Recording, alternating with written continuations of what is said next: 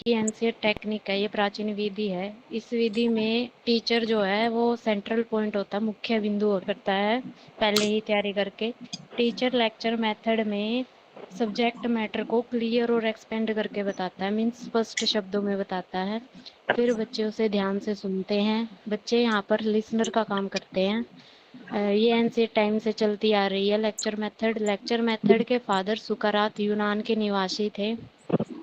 Lecture method को chart, picture, black board पर represent किया जा सकता है। बीच बीच में चार्ट, पिक्चर, ब्लैक बोर्ड का यूज कर सकते हैं हम। हायर क्लासेस के लिए बहुत ही इफेक्टिव है, ये प्रभावशाली है। कुछ फिलोसफर थे, दार्शनिक थे, जिन्होंने इनकी डेफिनेशन दी है लेक्चर मेथड की। जैसे थॉमस एम रिस्क ने दिया है, व्याख्यान उन तथ्यों, सिद्धांतों, संबंध का स्पष्टीकरण करता है। मीन्स की फैक्ट और कंसेप्ट के बारे में संबंध स्थापित करता है बच्चों के बीच में और टीचर के बीच में। बाइनिंग ने कहा था कि बड़ी बड़ी कक्षाओं में प्रयोग की जाने वाली पद्धति है, ये हायर क्लासेस में यूज की जाती है ये टेक्निक। लेक्चर मेथड के अब हम यूजेस पढ़ेंगे। लॉन्ग लेसन को पढ़ाने के लिए हम लेक्चर मेथड का यूज करते हैं। सेकंड पॉइंट है स्टूडेंट का टाइम बचे, इसलिए हम लेक्चर मेथड का यूज करते हैं। Third point is that new lesson को प्रेजेंट करना हो तो उस लेसन के बारे में पहले बताने के लिए, मीन्स जैसे कि कोई पोयम है, जैसे सिक्स्थ क्लास में हमने पोयम भी पढ़ी थी, वह चिड़िया जो चोंच मार कर। तो पहले टीचर इसके बारे में थोड़ा बताएगा कि चिड़िया की विशेषताओं के बारे में बताएगा।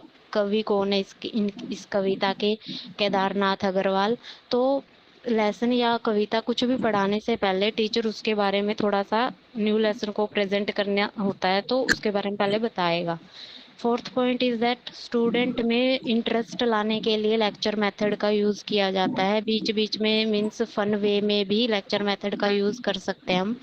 समरी ऑफ द टॉपिक, यानी कि टॉपिक की समरी बताने के लिए, विषय का सारांश बताने के लिए, पूरा लेसन मतलब बुक ना पढ़ाकर हम पूरा समरी बता दे, उसके लिए लेक्चर मेथड का यूज करते हैं। हर स्टूडेंट हर सब्जेक्ट में परफेक्ट हो सके, इसलिए लेक्चर मेथड का यूज करते हैं। अब लेक्चर मेथड को प्रोसेस कैसे किया जाता है, जैसे हम कंप्यूटर में इनपुट, प्रोसेस, आउटपुट का यूज करते हैं। हम इनपुट डालते हैं, कंप्यूटर उसे प्रोसेस करता है, फिर हम उससे आउटपुट मिलती है। ऐसे ही टीचर का काम है कि टीचर पहले पाठ योजना, लेसन प्लान बनाएगा, फिर प्रोसेस में क्या करेगा, उसको उस मटेरियल को रिप्रेजेंट करेगा, यूज करेगा, बच्चे उससे नॉलेज गेन करेंगे। आउटपुट हमें क्या मिलेगी, बच्चों से जो हमें नॉलेज हमें दी है हमने बच्चों को, उससे हमें एनालिसिस करना पड़ेगा, रिजल्ट मिलेगा कि बच्चों को क्या आया है और क्या नहीं आया। उसके बाद लेक्चर मेथड के कुछ स्टेप्स हैं, जैसे कि फर्स्ट है योजना बनाना, प्लान बनाना, लेसन प्लान करना, स्टडी मटेरियल, टेक्निक, इन सब चीजों के बारे में प्लान बनाना। फिर उस योजना को रिप्रेजेंट, प्रस्तुतिकरण करते हैं हम अपने एक्सपीरियंस के बेस पर। Third point is that element, जो तत्वों की व्याख्या, यानी कि सरल भाषा में एग्जाम्पल के थ्रू हम तत्वों को, एलिमेंट को रिप्रेजेंट कर सकते हैं। Fourth point is experiment, demonstration, प्रयोग का प्रदर्शन, यानी कि जो भी टीचर टेक्निक का यूज कर रहा है, मॉडल का यूज कर रहा है, अपने एक्सपीरियंस के बेस पर उन्हें रिप्रेजेंट करेगा। फिफ्थ पॉइंट इज हम ब्लैक बोर्ड का यूज कर सकते हैं। सिक्स्थ पॉइंट इज एनालिसिस, यानी कि रिजल्ट। अब जो टीचर ने प्लान बनाया, प्रस्तुतिकरण किया, एलिमेंट को बताया, मॉडल दिखाए, अब उन सब चीजों का हमें रिजल्ट एनालिसिस करना है। तो टीचर कैसे करेगा, कुछ क्वेश्चन पूछ के, जैसे कि पौधे में कौन से एलिमेंट होते हैं जिससे वो अपना भोजन बनाते हैं, तो बच्चे रिप्लाई करेंगे कि सूरज की रोशनी से, सन से, CO2 से, वाटर से, सोयल से। तब टीचर दोबारा से क्वेश्चन पूछेगा, जैसे कि पौधे का रंग हरा क्यों होता है, तो बच्चे बताएंगे क्लोरोफिल की वजह से। थर्ड क्वेश्चन पूछेगा कि क्लोरोफिल क्या होता है, तो बच्चे को नहीं आ रहा, निरुत्तर हो गया बच्चा, उसे कोई रिप्लाई नहीं किया उस बच्चे ने। तो फिर टीचर बताएगा कि क्लोरोफिल का कलर ग्रीन क्यों होता है, ये प्लांट का कलर ग्रीन क्यों होता है, क्योंकि उसमें ये पिगमेंट पाया जाता है प्लांट में। तो इससे बच्चे का एनालिसिस करना बहुत जरूरी होता है टीचर के लिए। फिर आता है व्याख्यान, लेक्चर मेथड की उपयोगिता, कि ये उपयोग में क्यों लाया जाता है। इफेक्टिव बनाने के लिए, स्टूडेंट और टीचर में बॉन्ड बनाने के लिए, यानी कि स्टूडेंट और टीचर के बीच में जो भी टॉपिक चल रहे हैं उनके उसके माध्यम से उनके बीच में बॉन्ड बन सके। इसमें स्टूडेंट की लिसनिंग स्किल डेवलप होती है, यानी कि जो स्टूडेंट है वो श्रोता के रूप में यहाँ पर कार्य करता है। स्टूडेंट का समय और पावर भी बचती है यहाँ पर। प्रेजेंट में जैसे प्रोजेक्ट, टेक्निक, वर्तमान, ये लगा लो कि हम अब प्रेजेंट में टेक्निक और प्रोजेक्ट का यूज करते हैं, तो वहां पर व्याख्यान करने के लिए व्याख्यान विधि का होना बहुत जरूरी है। अब शिक्षक अपना लेक्चर तैयार करता है तो बहुत से स्टडी स्टडी मटेरियल का यूज करता है ताकि उससे बच्चा नॉलेज गेन कर सके। अब हम उसके सुजेशन करेंगे लेक्चर मेथड के, कि क्या सुझाव दिए जा सकते हैं कि लेक्चर मेथड को और भी प्रभावशाली बनाया जा सके। टीचर को प्रश्न करने की कला आनी चाहिए जिससे वह बच्चों का ध्यान अपनी ओर अट्रैक्ट कर सके। सेकंड पॉइंट, लेक्चर मेथड बच्चों की एज और क्लास के अकॉर्डिंग होना चाहिए। ये नहीं है कि हम बड़ा सारा टॉपिक करवा रहे हैं और क्लास छोटी है, मतलब कि एज और क्लास वाइज हमें टॉपिक करवाना चाहिए। मिडिल लेवल पर इसका प्रयोग की कम ही होना चाहिए क्योंकि ये हायर क्लासेस के लिए है। सीरीज में व्याख्या होनी चाहिए, यानी कि जो भी टॉपिक हो वो सीरीज वाइज होना चाहिए। फिफ्थ पॉइंट है, न्यू लेसन प्लान करने के लिए ये ज़्यादा इफेक्टिव है। सिक्स्थ पॉइंट है, टीचर एकदम स्पष्ट, क्लियर और शुद्ध वर्तनी का यूज करे। लेक्चर मेथड की स्पीड तीव्र गति से नहीं होनी चाहिए, मतलब कि लाउड भी नहीं होनी चाहिए और ज़्यादा तेज भी नहीं होनी चाहिए। फनी वे में हम कह सकते हैं, लेक्चर मेथड को फनी वे में भी बोला जा सकता है। अब हम लेक्चर मेथड के कुछ लाभ करेंगे। लेक्चर मेथड हमारे जैसे स्टूडेंट के लिए क्यों लाभदायक है, एडवांटेजेस करेंगे। फर्स्ट पॉइंट है, अध्यापक तथा विद्यार्थी के बीच प्रत्यक्ष संबंध। अगेन वही आ गया कि अध्यापक और विद्यार्थी के बीच में संबंध बन सके। सामाजिक विज्ञान को रुचिकर बनाने में सहायक। ये जैसे कि हम अच्छे प्रकार से जो भी चीज प्रस्तुत कर रहे हैं उसको रुचिकर बना देता है। थर्ड पॉइंट, समय की बचत भी होती है इसमें। फोर्थ पॉइंट, इस लिसनिंग से है ना बच्चे में अनुभव का मतलब एक्सपीरियंस बढ़ता है बच्चे में और ट्रेनिंग होती है बच्चों की। और फिफ्थ पॉइंट है, रियल इंफॉर्मेशन प्रोवाइड करता है ये हमें। सिक्स्थ पॉइंट, बच्चों में क्यूरियोसिटी बढ़ाता है, मोटिवेट करता है। सेवेंथ पॉइंट इज मितवई। मितवई मीन्स कम खर्चीला है, इतना एक्सपेंसिव नहीं है ये। अब इसकी कुछ लिमिटेशंस हैं। फर्स्ट इज, विद्यार्थी की क्रियाओं के लिए कम स्थान। इसमें विद्यार्थी मतलब स्टूडेंट का है ना कम योगदान होता है, टीचर का बोलबाला ज्यादा होता है। सेकंड पॉइंट इज, अध्यापक पर अधिक कार्यभार। यहाँ पर टीचर बहुत वर्क करता है, जैसे कंटिन्यूसली 4 से 5 घंटे बोलेगा। जैसे हमारी मैम अब नेक्स्ट क्लास लेंगी तब भी 2-3 घंटे बोलेंगी, तो मीन्स इसमें ज़्यादा टाइम लगता है टीचर के लिए, ये ज़्यादा कार्यभार है। थर्ड पॉइंट इज, आत्म श्रम को प्रोत्साहित नहीं करता। मीन्स कि जैसे हमारी मैम हमें करा रही है, हम ये सोचते हैं कि पका पकाया कर ले, तो ये इसमें बच्चा मतलब एक्साइटेड नहीं होता कि वो चीज़ों को खोजे, उसके बारे में पढ़े। फोर्थ पॉइंट इज मनोवैज्ञानिक। इसमें बच्चे की रुचि, इच्छाएं, योग्यताओं को बिल्कुल नकार दिया जाता है। ये मायने नहीं रखता कि बच्चा क्या चाहता है, क्या करना चाह रहा है। फिफ्थ पॉइंट इज अधिकारी युक्त। ये अधिकारी युक्त, ये मतलब प्रजातंत्र, डेमोक्रेसी, जैसे कि हम पूरी कक्षा के लिए नहीं होता, ये सिर्फ अध्यापक ही अधिकारी होता है इसमें। वही बोलता है, वही समझाता है, इससे कोई फर्क नहीं पड़ता बच्चे को कुछ समझ में आ रहा है या नहीं आ रहा। सिक्स्थ पॉइंट है, आलोचनात्मक शक्ति का विकास न होना। इससे बच्चा बुरे भले की मतलब समझ नहीं रख सकता, वो चिंतन शक्ति उसकी विकास नहीं होता, तार्किक शक्ति का। सेवेंथ पॉइंट है, अध्यापक केंद्रित। अगेन वही पॉइंट है कि जब अध्यापक भाषण देता है इसमें बात ही बात करता है, इसमें कोई गारंटी नहीं है कि बच्चे को कुछ समझ में आ रहा है या नहीं आ रहा है। एट्थ पॉइंट इज कम प्रायोगिकता। इस विधि में जो भी मतलब फैक्ट या कंसेप्ट बताया जाता है जरूरी नहीं है कि वो रियल ही हो। और अगेन वही है इसमें बुक में कि रिस्क के अनुसार, थॉमस एम रिस्क के अनुसार, the lecture is an exposition of facts, principle or other relationship that the teacher wants his hearer to understand। कि जो टीचर भाषण या सिद्धांत या कंसेप्ट क्लियर करना चाहता है बच्चे को, कि वो सुनने वाले को समझ आ रहा है या नहीं आ रहा। Thank you ma'am. वेलकम।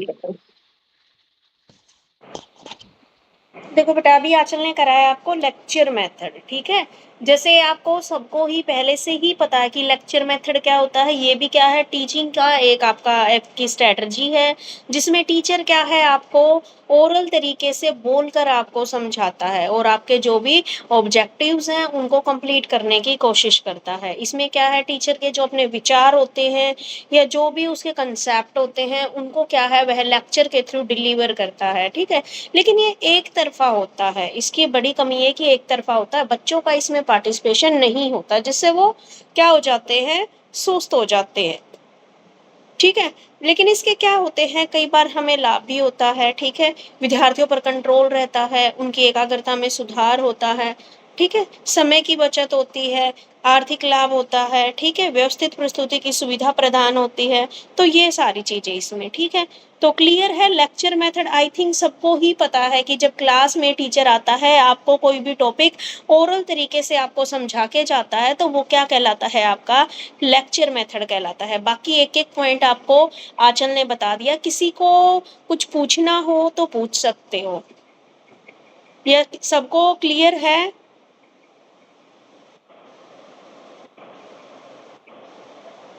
ठीक है बेटे। नेक्स्ट है हमारा Jyoti, are you in present class?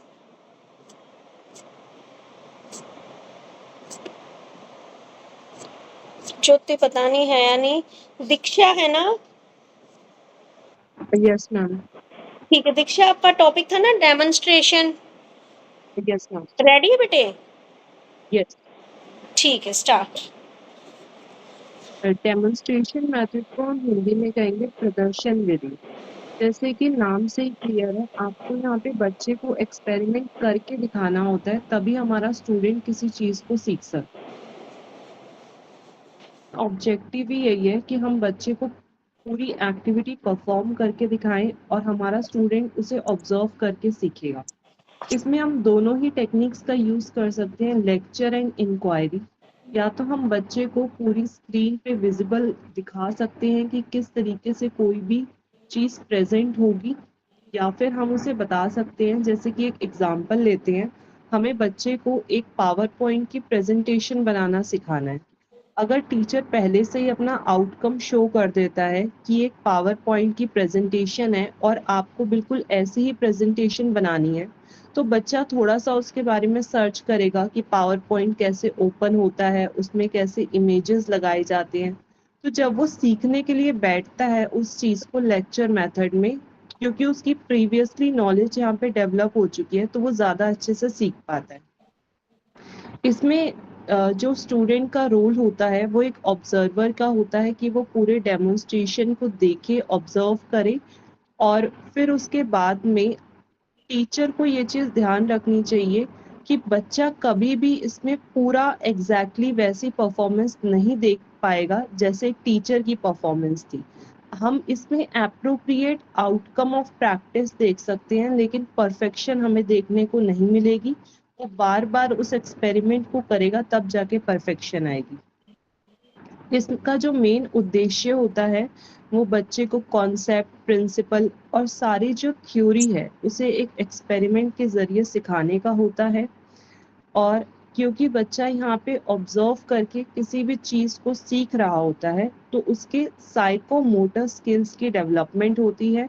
बच्चा एक टूल्स को हैंडल करना इसमें अच्छे से सीख पाता है। इस मेथड के थ्रू टीचिंग बाय डूइंग, किसी भी बच्चे को हम एक्सपेरिमेंट करने के बाद में ही कुछ सीख पाता है, इसलिए इसे टीचिंग बाय डूइंग कहा गया है। It is easier to learn the concept and complex substances. कई बार बहुत सी ऐसी चीज़ें होती हैं जो उसे बोलने से समझ नहीं आती, तो ये डेमोन्स्ट्रेशन के थ्रू समझाई जाती हैं। इसमें जो हमारा स्टूडेंट है वो एक इंडिपेंडेंट प्रैक्टिस करने वाला इंसान बनता है। जैसे कि अगर हम एक मेडिकल फील्ड की बात करें, तो मेडिकल के जो स्टूडेंट होते हैं, जितनी भी सर्जरीज होती हैं, पहले उन्हें देख के सीखना होता है, तब जाके वो एक सीनियर सर्जन बन पाते हैं। Involve considerable preparation on the part of the teacher.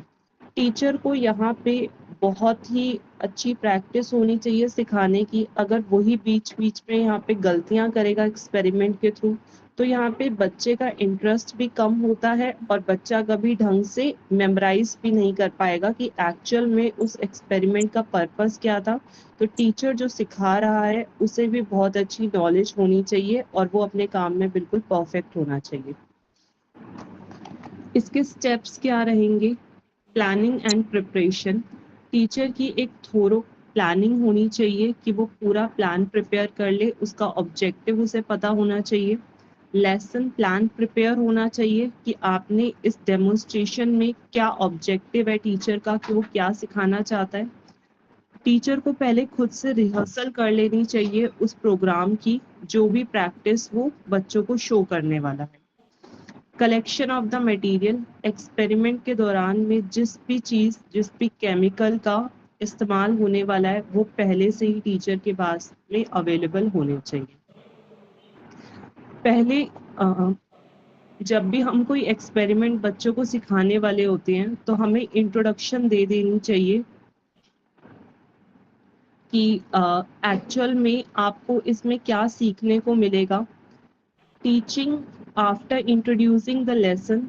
जब हमने कोई भी लेसन बच्चे को बता दिया है कि इसमें आपको क्या सीखने को मिलेगा, क्या इस लेसन का ऑब्जेक्टिव है, इसके बाद में टीचर अपनी पूरी डीप थ्योरी उसमें दे सकता है। और सिखाने के लिए यहाँ पे डेमोन्स्ट्रेशन भी करके दिखाना होगा। जो भी हमने कॉन्सेप्ट बच्चे को ओरली बताए हैं उसे डेमो में बिल्कुल वैसा ही हमें प्रस्तुत करना होगा बच्चे के आगे। Teaching add. Various teaching add can be used while doing the demo. आप इसे सिखाने के लिए ब्लैक बोर्ड, मॉडल्स, ग्राफ का इस्तेमाल कर सकते हैं टीचर। इवैल्यूएशन लास्ट स्टेप में, जब पूरा प्रोसेस कंप्लीट हो जाता है, जब हमने बच्चे को थ्योरी के साथ में उस चीज़ का डेमो पार्ट करके बता दिया है, तो हमें कुछ क्वेश्चन पूछने चाहिए जिससे हम ये पता लगा सकें कि बच्चे को वो चीज़ समझ में आई है या फिर नहीं। क्या क्या गुड क्राइटेरिया होंगे एक डेमोन्स्ट्रेशन के? Proper placement of the table. हमने कई बार ये चीज़ नोटिस करी है साइंस लैब में, जब बहुत से बच्चे इकट्ठे हो जाते हैं तो कुछ बच्चे आगे आके एक्सपेरिमेंट को देख लेते हैं और कुछ बच्चे नहीं देख पाते। क्योंकि आजकल स्मार्ट क्लासेस का टाइम है तो पूरा एक वीडियो स्मार्ट बोर्ड पे दिखनी चाहिए बच्चे को कि टीचर क्या क्या स्टेप परफॉर्म कर रहा है, जिससे सभी चीज़ें बच्चे को क्लियर हो। Instruction material. जो भी आपका सामान है, ऐसा नहीं होना चाहिए कि साइंस के एक्सपेरिमेंट के दौरान आप जिन केमिकल्स का इस्तेमाल कर रहे हैं वही अपने टेबल पे रखिए। अदरवाइज बच्चों का ध्यान भटकता है, उनको लगता है कि मैम ने शायद बाकी के केमिकल्स भी इस्तेमाल किए होंगे और कंफ्यूजन क्रिएट होती है। तो इस चीज़ का टीचर को स्पेशल ध्यान रखना चाहिए कि वही सामग्री उसके आसपास हो जो एक्सपेरिमेंट में इस्तेमाल होने वाली है। क्लियर ऑब्जेक्टिव होना चाहिए। टीचर ये पहले से ही एक एक्सपेरिमेंट करके बच्चों को दिखा दे कि एक्चुअल में ऐसा ही आउटपुट आने वाला है, तो बच्चे ज़्यादा मेहनत करते हैं। अगर किसी को ऑब्जेक्टिव ही ना पता हो कि वो दिखेगा कैसा बाद में, तो शायद बच्चों का भी थोड़ा सा लैक ऑफ इंटरेस्ट हमें देखने को मिलता है। फिर मेन पॉइंट्स को ज़्यादा अच्छे से बता देना चाहिए क्लियरली कि यहाँ पे थोड़ी सी प्रॉब्लम आएगी, वो चीज़ का ध्यान रखना चाहिए कि डिफ़िकल्ट पार्ट कौन सा होने वाला है। ये इसके गुड क्राइटेरिया हैं। इसके एडवांटेजेस होते हैं कि टीचर को बहुत ज़्यादा मेहनत अपने दिखाने पे करनी होती है, बल्कि बोलने में स्ट्रेस यहाँ पे कम लगता है। एंड प्यूपिल फैमिलियर होता है उस सब चीज़ों से, उन सब अपरेटस से जो उसको काम में आने वाले हैं। अपरेटस को देखने के बाद जब आप किसी भी इंस्ट्रूमेंट को देखते हो इस्तेमाल करते हुए, तो बोलने से आप इतना नहीं सीख पाते जितना आप देखकर उसे अच्छे से इस्तेमाल करना सीख पाते हो। Experiment requiring the special skill will merely be shown by the teacher. यहाँ पे हमारे टीचर के पास में स्पेशल स्किल्स होते हैं जो वो दिखा के बच्चों को सिखाता है। इसके कुछ डिसएडवांटेजेस ये होते हैं, जब हमारा स्टूडेंट एक ऐसे जगह पे प्रेजेंट होता है जहाँ पे उसे वर्किंग टेबल सही से नहीं दिख रहा है, तो स्टूडेंट का हम कह सकते हैं कि लॉस इंटरेस्ट होता है। और कई बार बच्चों का पार्टिसिपेशन ना होने की वजह से, क्योंकि टीचर ही यहाँ पे हर चीज को डेमो करके दिखा रहा है, तब भी हम कह सकते हैं कि lack of interest on the part of student है। During the demonstration participation of student may have not been sought.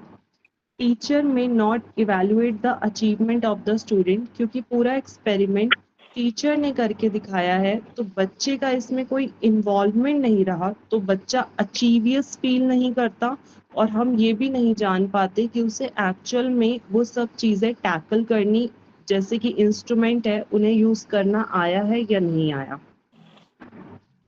इसके लिए जो भी हमारे सजेशन होंगे, पहला, अगर हमें लगता है कि मटेरियल बच्चों की आईज के बहुत ज़्यादा अप्रोचेबल होना चाहिए कि बच्चों को वो सारी सामग्री दिखाई दे, इस चीज़ पे ध्यान देना चाहिए।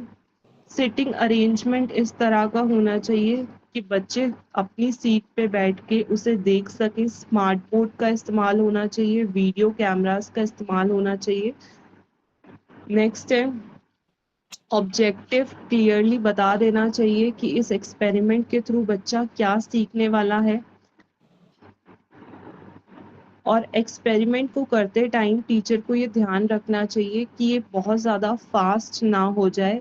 डायरेक्टली हम रियल चीज़ों पे एक्सपेरिमेंट ना करें, उससे पहले एक प्रैक्टिस लैब में ही हमें दिखाना चाहिए। जैसे सर्जरी के दौरान स्टूडेंट को खड़ा किया जाता है, वो चीज़ें पहले लैब में भी बच्चों को सिखाई जाती हैं और वो कभी फास्ट नहीं होनी चाहिए। इसमें प्रॉपर यूटिलाइजेशन ऑफ टाइम होना चाहिए, हर एक इंटरवल पे चीज़ें सिखानी चाहिए। एक्सपेरिमेंट के दौरान भी ऐसा नहीं है कि आपने पूरा एक्सपेरिमेंट का आउटपुट एक ही बार में सिखा दिया। अगर एक्सपेरिमेंट बड़ा है तो हमें छोटे छोटे पार्ट में उसे 2 या 3 क्लासेस में सिखाना चाहिए।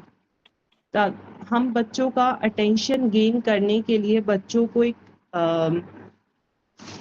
पहले से ही इंक्वायरी के लिए कुछ चीज़ें सोच के आने के लिए या फिर फाइंड आउट करने के लिए देनी चाहिए, जिससे थ्रू आउट द एक्सपेरिमेंट बच्चे का ध्यान उसमें बना रहे। ठीक है मैम, ओके, हो गया।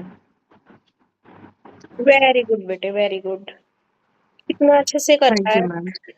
समझ में आया बेटा डेमोन्स्ट्रेशन मेथड क्या होता है?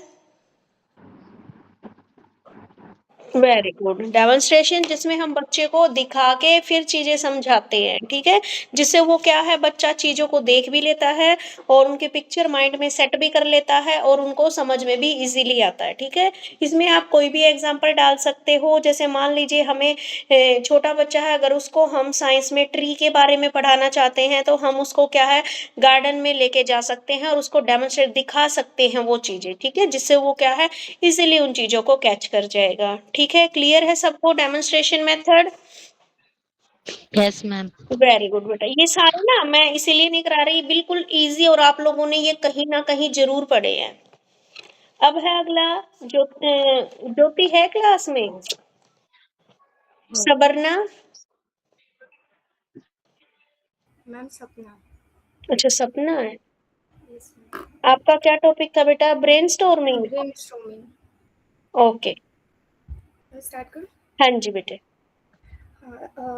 Hello everyone, my topic is brainstorming. इसको मैं एक्सप्लेन कर रही हूँ। जैसे अगर हम ब्रेनस्टॉर्मिंग की बात करें, तो अगर इंट्रोडक्शन की बात करें, तो जैसा कि हमें पता है कि मॉडर्न एजुकेशन में जो टीचिंग है वो सिर्फ लिमिटेड उस फॉर्म में नहीं है कि टीचर हमें आ रही है और बता के जा रही है और हम चीज़ें सॉल्व कर पा रहे हैं। जो ये जो मॉडर्न टीचिंग है वो फोकस करता है किस पे, एक्टिव लर्निंग पे, क्रिएटिविटी पे, स्टूडेंट पार्टिसिपेशन पे, कि स्टूडेंट का क्या पार्टिसिपेशन है, क्या रोल है लर्निंग में।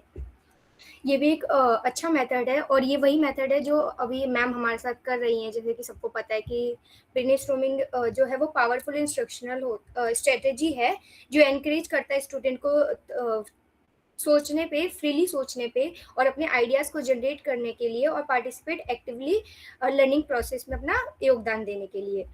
उसके बाद अगर मीनिंग की बात करें तो जो सिंपल लैंग्वेज में बात करते हैं, मीनिंग ऑफ ब्रेनस्टॉर्मिंग क्या होता है?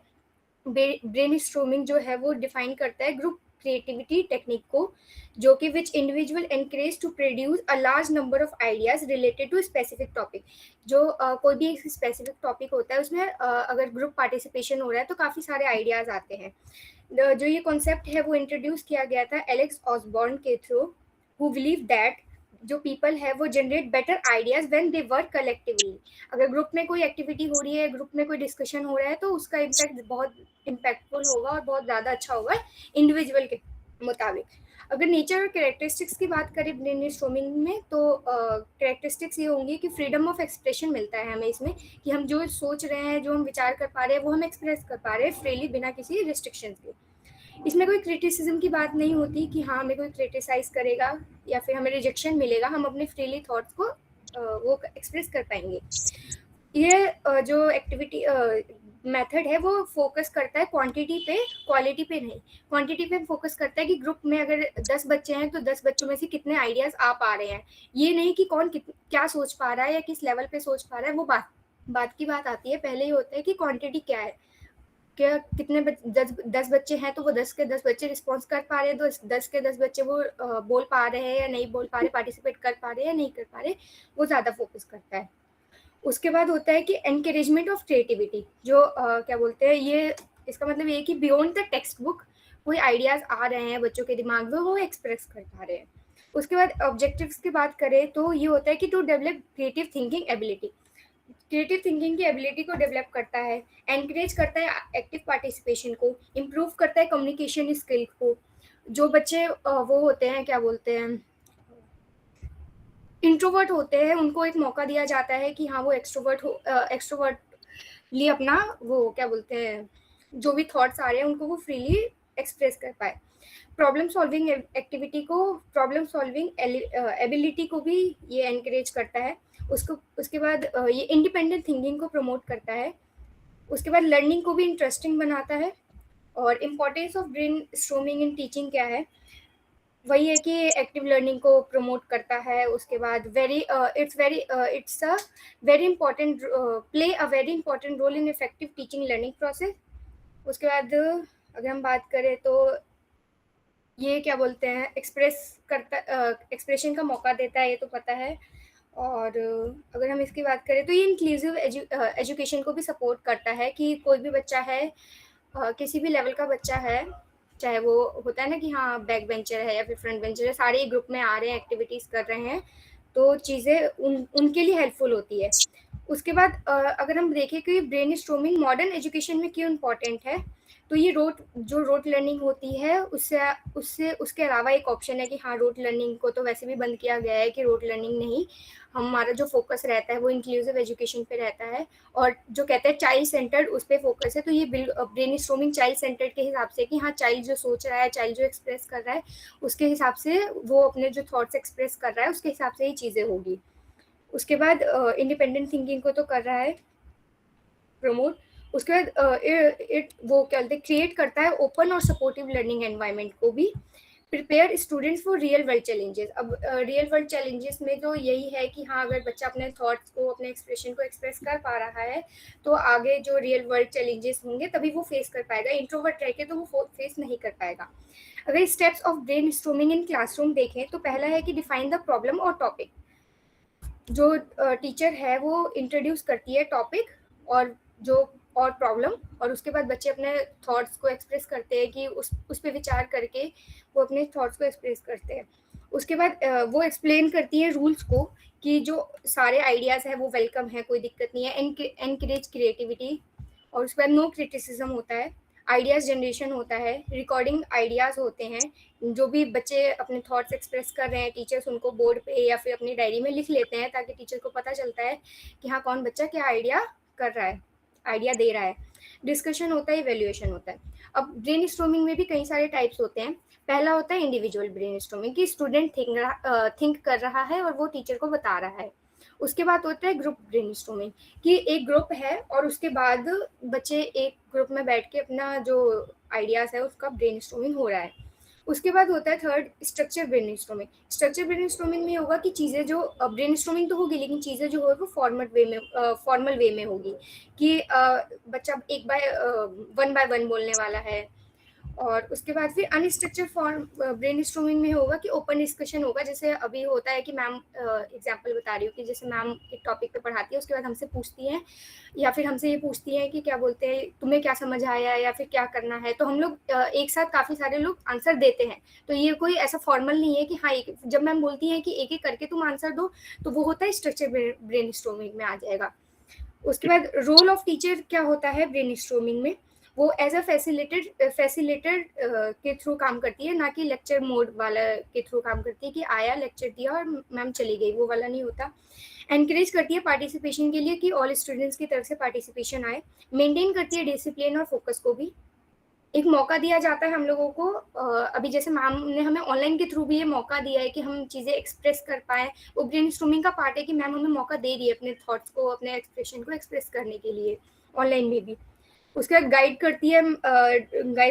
करते हैं टीचर्स कि मीनिंगफुल आउटकम्स आए वहाँ से। जो बच्चे 10 तरह की अगर चीज़ें सोच रहे हैं तो उसमें से जो मीनिंगफुल होंगे मैम उसको एक्सप्रेस करें, मैम उसको आगे बताएं। एडवांटेजेस ये होते हैं ब्रेनस्टॉर्मिंग के कि स्टूडेंट्स का एंगेजमेंट बढ़ता है, क्रिएटिविटी होता है, इनोवेशन होता है, कॉन्फिडेंस बच्चों का बिल्ड होता है कि हाँ हम बोल पा रहे हैं, पीछे से भी बच्चे आ रहे हैं और वो बोल पा रहे हैं। एनकरेज करता है कोलेब्रेशन, मेक लर्निंग इंजॉयबल, चीज़ों को लर्न करने में आसानी होती है और इंजॉय वे में चीज़ें लर्न हो जाती है। कुछ लिमिटेशंस भी होती है ब्रेनस्टॉर्मिंग में कि डोमिनेंस ऑफ फ्यू स्टूडेंट्स, कई सारे होते हैं ना बच्चे कि एक्सट्रोवर्ट होते हैं, ग्रुप में भी सिर्फ एक्सट्रोवर्ट वाला बच्चा ज़्यादा बोल रहा है और जो पीछे से बच्चा आया हुआ है या जो इंट्रोवर्ट है वो थोड़ा कम बोल रहा है। 4 बच्चों में भी ऐसा होता है कि 2 बच्चे ज़्यादा बोल रहे हैं, 2 बच्चे कम बोल रहे हैं। तो एक ये हो जाता है कि अगर ग्रुप में वो चीज़ इग्नोर कर दी जाए तो फिर कोई फ़ायदा नहीं है ब्रेनस्टॉर्मिंग का। अगर टीचर सब पे ध्यान दे रही है तभी फ़ायदा है उस चीज़ का, वरना 2 आके बोल रहे हैं और 2 नहीं बोल रहे हैं तो उस चीज़ का फ़ायदा नहीं है। टाइम कंज्यूमिंग भी होता है कि अगर ग्रुप एक्टिविटी हो रही है तो टाइम टेकिंग ज़्यादा लगेगा। 10 बच्चे हैं, 10 तरह के थॉट आएंगे तो टाइम टेकिंग ज़्यादा होगा। ऑफ टॉपिक आइडियाज़ भी हो जाते हैं बहुत सारे, मतलब टॉपिक कुछ और है और घूमते फिरते अगर 10 बच्चे अपना व्यू एक्सप्रेस कर रहे हैं तो ऑफ द टॉपिक भी बात चली जाती है। लैक ऑफ सीरियसनेस होता है, कई सारे बच्चे उतने सीरियस नहीं हो पाते हैं कि हाँ 4 बच्चे आगे बोल तो रहे हैं, ठीक है हम नहीं भी बोलेंगे तो चलेगा। और फिर ये भी होता है कि कुछ टॉपिक्स जो होते हैं उसमें हर टॉपिक के लिए चीज़ सूट भी नहीं करती है ब्रेनस्टॉर्मिंग की। आप कोई भी टॉपिक ले रहे हो और उस पर कुछ टॉपिक्स पे तो बहुत अच्छा रहता है कि हाँ बच्चे व्यू एक्सप्रेस कर पा रहे हैं, कुछ टॉपिक्स पे नहीं होता है।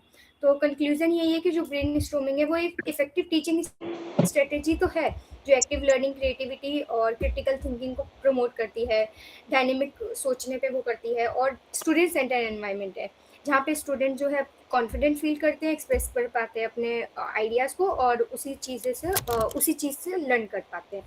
Thank you ma'am. Very good बेटा, वेरी गुड, बहुत अच्छे से एक्सप्लेन किया। ब्रेनस्टॉर्मिंग का टॉपिक कितने इजी वे में इन्होंने समझाया और सारे के सारे लाइव एग्जांपल लिए हैं आपकी क्लास के। ठीक है बेटा, समझ में आ गया सबको? Yes ma'am. Very good. Next है हमारा टॉपिक।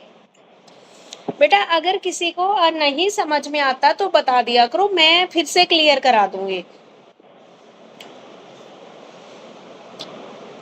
आगे है आपका टीम टीचिंग। अब इसकी सेकेंड यूनिट का एक ही टॉपिक रहता है, टीम टीचिंग। चलिए देखते हैं, ज्योति शायद क्लास में नहीं है। टीम टीचिंग क्या होती है बेटे? टीम टीचिंग जैसे नाम से ही पता लग रहा है, टीम बनाकर हम आपको पढ़ाया जाता है। जैसे इसमें क्या होता है, एक या एक से अधिक जो टीचर होते हैं वो एक साथ मिलकर आप लोगों को पढ़ा रहे हैं। कैसे पढ़ा रहे हैं?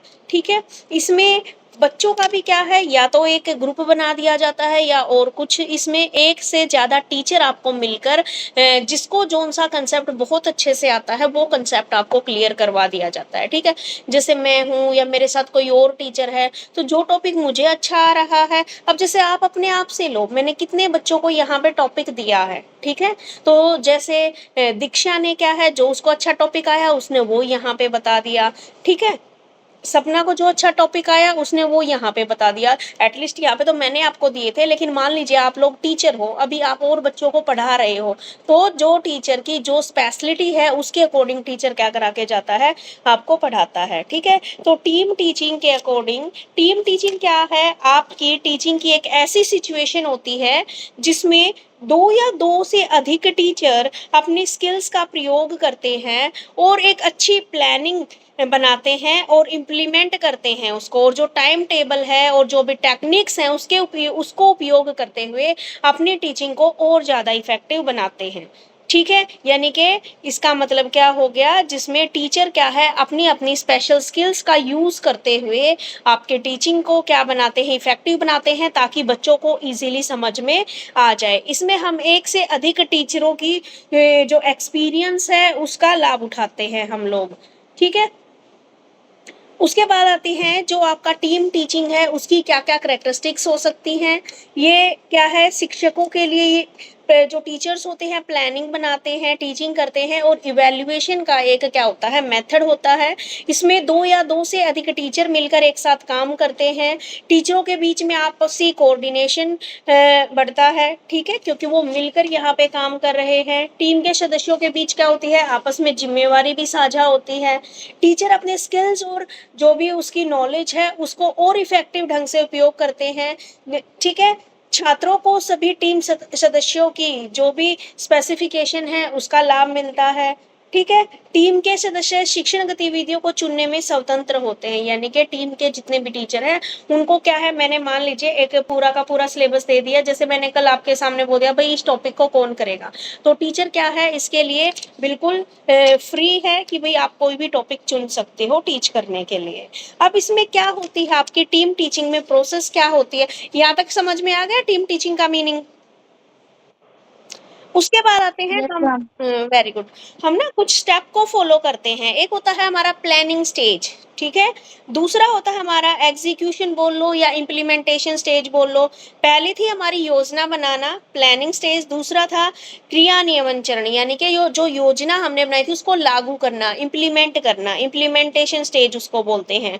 और थर्ड है आपकी इवेल्युएशन स्टेज। प्लानिंग स्टेज में आप क्या करते हो, आप को इसमें प्लानिंग की जाती है, यानी कि आपको कौन सा सब्जेक्ट आपको टीच करना है उसको आप चूज करते हो। ठीक है, कौन सी आपको टर्मिनोलॉजी का कौन कौन से वर्ड का आपको यूज करना है यहाँ पर, उस चीज को आप क्या करते हो, प्लान करते हो। अब मान लीजिए मैंने कल टॉपिक दिया, मैंने 4-5 बच्चों को कल टॉपिक दिया, ठीक है, जैसे मैंने दीक्षा को दिया, सपना को दिया, ज्योति को दिया, आंचल को दिया। ठीक है, तो सबसे पहले इन्होंने क्या किया प्लानिंग स्टेज में, सबसे पहले तो इन्होंने टॉपिक को चूज किया। चलो यहाँ तो मैंने दिया था, लेकिन जब ये टीम टीचिंग करते हैं तो ये फ्री होते हैं अपना टॉपिक चूज करने के लिए। तो चारों ने अपना अपना टॉपिक चूज कर लिया। चूज करने के बाद इन्होंने, ऐसा तो है नहीं कि यहाँ आते ही पढ़ा दिया, नहीं, घर पे इन्होंने एक बार उस टॉपिक को देखा, क्या इसके अंदर है, क्या क्या टर्मिनोलॉजी यूज हुआ है, किन किन शब्दों का यहाँ पे यूज हुआ है। ठीक है, फिर आपने क्या है कि किस तरीके से मैं इस टॉपिक को और ज़्यादा बेटर बना सकती हूँ, इस स्ट्रैटेजी का आपने प्रयोग किया। यहाँ पे तो देखो ऑनलाइन है, लेकिन फिर भी आपने बहुत अच्छा यहाँ पे समझाया है।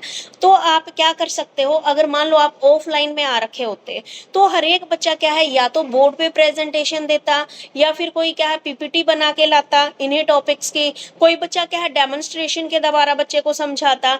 ठीक है, तो वो क्या थी, उनकी प्लानिंग थी कि किस आधार पर हमें अपने टॉपिक को रिप्रेजेंट करना है। ठीक है, तो फर्स्ट क्लियर है प्लानिंग स्टेज। ठीक है, उसके बाद आती है आपकी इम्प्लीमेंटेशन स्टेज। अब जो आपने प्लानिंग की थी कि भाई मेरे को तो ना ये टॉपिक प्रेजेंट करना है, मेरे को पीपीटी बनानी है, या मुझे और उसे प्रोजेक्टर से इसे पढ़ाना है। ठीक है, ये आपने कर लिया। अब आप लागू कर दिया आपने इन चीजों को।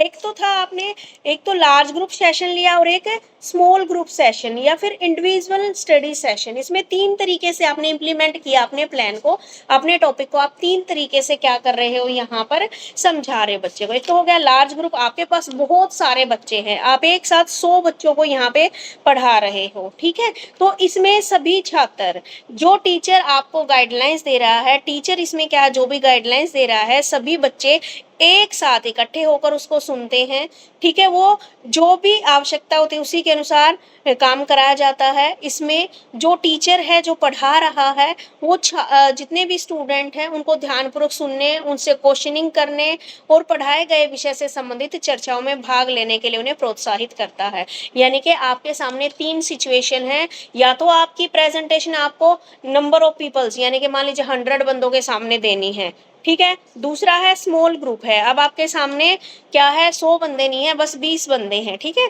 तो इसमें क्या करता है छात्रों के एक छोटे छोटे ग्रुप में डिवाइड कर देता है। 20 बच्चे हैं, 5-5 बच्चों का ग्रुप बना दिया आपने, ठीक है। और फिर आपने बच्चों को समझाया, शिक्षक समझाते हैं, उन्हें क्या है एग्जाम्पल देते हैं, डेमोन्स्ट्रेट करते हैं, या फिर क्या है उनको छात्रों को और अन्य एक्टिविटीज में पार्टिसिपेट करने की अपॉर्चुनिटी उनको देते हैं कि भाई आप भी पार्टिसिपेट करो और इसको और अच्छे से सीखो। इंडिविजुअल स्टडी में क्या होता है, इसमें छात्र स्वयं अध्ययन करता है और कार्य करता है। टीचर स्वतंत्र रूप से कार्य करने वाले छात्रों का सिर्फ क्या करता है, ऑब्जर्वेशन करता है और उन्हें गाइडलाइंस देता है, ठीक है। और विषय की क्या है जो डिटेल स्टडी है उसको जानने का उसे अवसर मिलता है, ठीक है। तो ये 3 स्टेज इसमें वो फॉलो करता है। यानी कि अब आप क्या है, आपने प्लानिंग कर ली, अब आप क्लास में जाके आपने जो टॉपिक चूज किया था उसको रिप्रेजेंट कर रहे हो आप, और रिप्रेजेंट में भी आपके एक तो लार्ज ग्रुप है उसको समझाना है, एक आपका स्मॉल ग्रुप है, या फिर एक इंडिविजुअल कोई बच्चा है, ठीक है। इंडिविजुअल बच्चा का मान लीजिए कोई भाई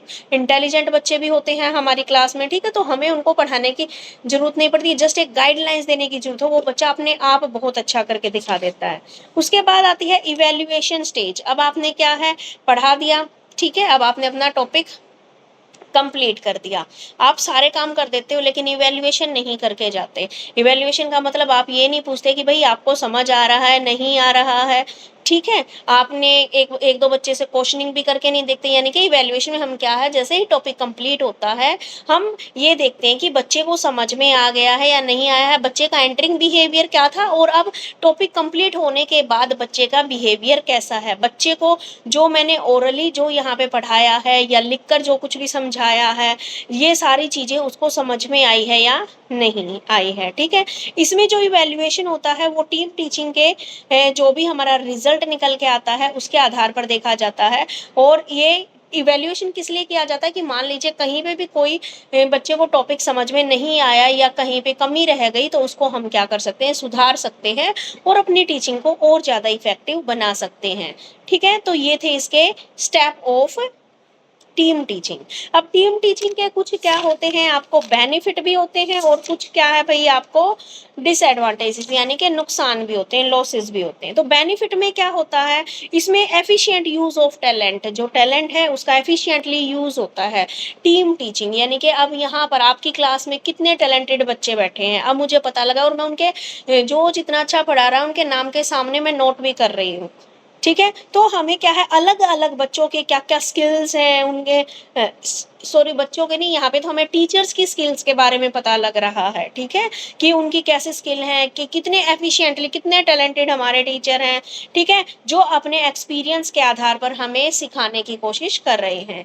दूसरा रिसोर्स ऑप्टिमाइजेशन, संसाधनों का अनुकूल उपयोग होता है। यानी कि टीम टीचिंग के दौरान मान लीजिए एक टीचर अगर कंटिन्यूसली पढ़ा रहा था 2 घंटे के बाद क्या हो जाता है उसका थोड़ा सा जो पढ़ाने का एक तो स्टार्टिंग में देखते हो आप फ्लो और एक लास्ट वाली क्लास में आते आते देखो आप डाउन हो जाता है। तो इसमें क्या होता है जब अलग अलग टीचर एक ही क्लास में एक साथ टीच कर रहे हैं तो एक टीचर ने अपना बहुत अच्छी परफॉर्मेंस दी उसके बाद दूसरा दे रहा है इससे तीसरा, तो इससे क्या है जो टीचर की जो एक्टिवनेस है वो बनी रहती है, ठीक है, जिससे क्या है हमारा क्या हो जाता है ऑप्टिमम यूटिलाइजेशन हो जाता है। अब आप देखो जब से मैंने आप लोगों को टॉपिक देना स्टार्ट किया है हम क्या है पूरा का पूरा 1.5 घंटे हम क्लास में पढ़ रहे हैं। क्यों, उसमें ये हो गया भाई कुछ तो आप लोग एक्सप्रेस कर रहे हो कुछ मैं, नहीं तो मैं अकेली बोलती रहती हूँ तो मैं कितना बोलूंगी। एक बंदा मैक्सिमम 40 मिनट तक ही बोल सकता है, ठीक है। तो ये बात बिल्कुल सही है ना कि ऑप्टिमम यूटिलाइजेशन हो रहा है रिसोर्सेज का, यानी कि आपके टाइम का पूरा यूटिलाइजेशन यहाँ पे हो रहा है। क्यों, क्योंकि अब ये कि मैं थक नहीं रही, कुछ टॉपिक क्या है कुछ टॉपिक सोफिया ने बता दिया, कुछ ज्योति ने बता दिया, कुछ दूसरे बच्चे ने बता दिया, ठीक है, कोई सपना ने बता दिया, ठीक है, आंचल दीक्षा, ठीक है। तो इन्होंने मान लीजिए अगर 10-10 मिनट का भी बताया तो वो 10 मिनट एक तो आपका आगे सिलेबस आगे बढ़ा, दूसरा, टीचर को भी थोड़ा सा बीच में ये हो गया कि कंटिन्यूअसली नहीं पढ़ाना पड़ रहा और आपका टाइम यूटिलाइजेशन भी हो गया। तो टीम टीचिंग के ये फायदे हो गए यहाँ पे। और क्या हो गया, आपको अपॉर्चुनिटी मिल रही है खुद को एक्सप्रेस करने की, इंटरेस्टिंग लग रही है आपको। एक तो मैं पढ़ाती रहूं, आधे बच्चे तो वैसे ही सो जाएंगे, ठीक है। और अगर हम टीम टीचिंग के जरिए पढ़ रहे हैं तो बच्चे क्या है, एक्टिव रहेंगे। उनको पता है अब ये पढ़ा के फिर दूसरा टीचर पढ़ाएगा। अब जैसे क्या है, आप एक्टिव हो, पता है कि भाई मेरा नंबर आने वाला है। उसके बाद क्या है, कोऑपरेशन की भावना डेवलप होती है, आपके अंदर सहयोग की भावना बढ़ती है। आपकी जो लर्निंग अपॉर्चुनिटीज हैं वो क्या है, एनहांस लर्निंग अपॉर्चुनिटीज, आपके सीखने के और ज्यादा अवसर बढ़ते हैं। कैसे अवसर बढ़े, आपने जो टॉपिक पढ़ा ना अभी, जिसमें को क्लास में समझाया, कहते हैं कि ज्ञान बांटने से बढ़ता है। आपने जितना भी दूसरों को बांटा वो चीज आपको डबल हो गई। क्यों डबल, कैसे हुई, एक बार आपने उसको पढ़ा, दूसरी बार आपने क्लास में रिप्रेजेंट कर दिया, वो चीज और अच्छे से आपको आ गई, ठीक है। उसके बाद प्रॉपर सुपरविजन हो गया, सही निगरानी हो गई, ठीक है। सारे बच्चे क्या है, सारी एक्टिविटीज को बहुत अच्छे से देख रहे हैं यहाँ पे, तो आपका सुपरविजन भी। तो ये सारे क्या थे, हमारे टीम टीचिंग के बेनिफिट थे। अब इसके लॉसेस भी हैं। लॉसेस क्या है, अब जो चैलेंजेस हैं in the distribution of responsibility, सबसे बड़ा चैलेंज ये आता है भाई रिस्पॉन्सिबिलिटी कौन उठाएगा इस काम की, ठीक है, ये हमारे सामने चैलेंज आ जाता है। आगे लैक ऑफ मटेरियल फैसिलिटीज, दूसरा क्या है, हमारे पास मटेरियल इतना नहीं है कि मान लीजिए कोई टीचर तो लेक्चर मेथड से पढ़ाएगा, कोई टीचर बोलेगा भी मैं तो प्रोजेक्टर से पढ़ाऊंगा। अगर मान लो आपके पास प्रोजेक्टर नहीं है तो क्या है, आपके पास जो फैसिलिटीज हैं उनकी कमी है। आगे डिफिकल्टी इन मेंटेनिंग हार्मनी, ठीक है, सदस्यों के बीच में जो हार्मनी, जो कोऑर्डिनेशन बनाने में कठिनाई आती है, ठीक है। कोऑर्डिनेशन बनाने में कठिनाई कैसे आती है, कोई बोलेगा भाई मेरे को पहले कराना, कोई बोलेगा मेरे को पहले कराना है। आगे टीचर सेंट्रिक अप्रोच होती है, हाँ जी, फुल्ली क्या है, टीचर के ऊपर बेस्ड है, टीचर को किस तरीके से पढ़ाना है। हाई एक्सपेक्टेशन फ्रॉम टीचर्स, इसमें क्या है, टीचर से काफी हाई एक्सपेक्टेशन रखी जाती है कि पता नहीं भाई किस तरीके से टीचर वो कराएगा इसको। टीचर रेसिस्टेंस टू चेंज, अब टीचर खुद ही क्या है, जो चेंज आते हैं उसका विरोध करते हैं, क्योंकि टीचिंग को अपनाने में उनको संकोच होता है। वो अपनी वही पुरानी अपने ही तरीके से पढ़ाना चाहते हैं। उनको ये लगता है कि कहीं मेरे साथ कोई दूसरा टीचर आके पढ़ाने लग जाए और वो मेरे से बेटर पढ़ा देगा तो बच्चे मेरी मानने की बजाय उसको और अच्छा मानने लगेंगे, ठीक है। तो ये टीचर के बीच में क्या आ जाता है, एक तो वो क्या करते हैं, इसका रेसिस्टेंस, विरोध करते हैं। उसके बाद है फाइनेंशियल बर्डन बढ़ जाता है। एक तो वही सब्जेक्ट एक टीचर पढ़ा रहा था, अभी एक ही सब्जेक्ट को दो टीचर पढ़ा रहे हैं, तो आपके कॉलेज वालों के पास तो क्या हो गया, बर्डन बढ़ गया, तो फाइनेंशियल बर्डन हो गया। आगे not aligned with current education setup, वर्तमान की जो शैक्षणिक व्यवस्था है उसमें ये फिट नहीं बैठता, क्योंकि हमारे इंडियन एजुकेशन जो है उसमें एक सब्जेक्ट को एक ही टीचर टीच कर रहा है, ठीक है। तो हमारे यहाँ पर ये चीज नहीं है कि एक टीचर को 10 टीचर खड़े होकर पढ़ा रहे हैं। आगे क्या है, इसको प्लानिंग और इसको इम्प्लीमेंटेशन करने में क्या होते हैं, हमारे सामने हर्डल्स आती हैं, कठिनाइयों का हमें सामना करना पड़ता है। तो ये था आपका ओवरऑल टीम टीचिंग, ठीक है, क्लियर हो गया। मैम हमारी बुक में ना टोली सेक्शन को सफल बनाने के सुझाव सजेशंस भी दिए हुए हैं, ये भी करना है क्या? अच्छा दे रखे हैं, क्या क्या है, पेज नंबर बोलो सोफिया। Page number 85। 85। अब देखो आपने जो बेटा, अभी बताया ना लिमिटेशंस, उसी के नीचे है जस्ट। ओके ओके, नहीं मैं दूसरी बुक से पढ़ा रही थी ना, मेरे सामने जो अच्छा बुक अच्छा मिल जाती है उसी से पढ़ा देती हूँ। अच्छा अच्छा, अब ओके मैम। देखो भाई, अब इसमें कुछ है, हमें क्या है कि हमारी जो टीम टीचिंग है उसके लिए उसको सक्सेस बनाने के लिए कुछ सजेशन भी दिए गए हैं। जैसे क्या क्या सजेशन दिए गए हैं कि टीचर है टोली के लिए यानी कि टीम टीचिंग के लिए उन्हीं टीचर्स को सिलेक्ट किया जाए जो इसके लिए इच्छुक हो और मेहनती हो, ठीक है, जो काम करने के इच्छुक हो उन्हीं को टीम के लिए सिलेक्ट किया जाए।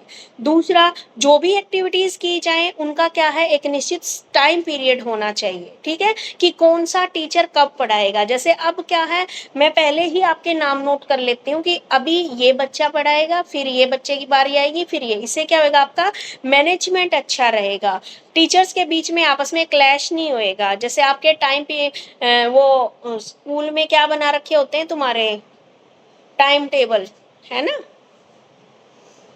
यस। तो उससे क्या होगा, क्लैश नहीं होएगा उनका। उसके बाद है जो आपकी टीम टीचिंग है उसका जो भी सब्जेक्ट मैटर है, जो भी टीचिंग मेथड है, उनको हमें पहले ही सिलेक्ट कर लेना है। ऐसा नहीं है कि आप क्लास में आ गए उसके बाद आप सोचते हो कि भाई मैं किस मेथड से पढ़ाऊं। नहीं, आपको पहले ही ये बात सोच लेनी है।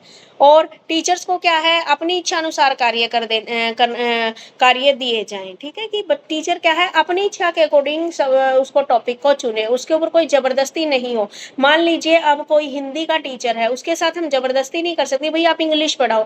भाई कैसे पढ़ा पाएगा, क्योंकि उसने तो इंग्लिश क्या है आफ्टर +2 छोड़ दी थी, उसके बाद तो उसने हिंदी में ही किया है सारा काम।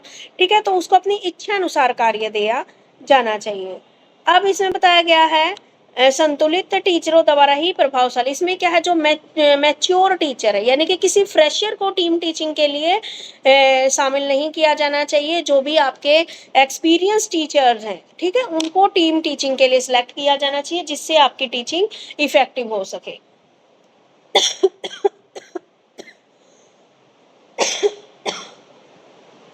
ठीक है भाई, ये थे आपके सजेशन। अब इसी के साथ आपकी जो ये सेकेंड यूनिट है ये कंप्लीट हो गई है। ठीक है, अब सेकेंड यूनिट में मुझे बताइए किसी को कोई प्रॉब्लम है? No ma'am.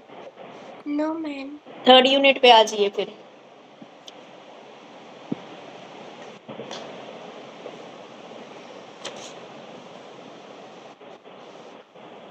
मैम हाँ जी। जैसे मुझे बोलना था ना कि जैसे आप कोई टॉपिक पढ़ा रहे हैं हाँ तो जी। क्या ना कि बुक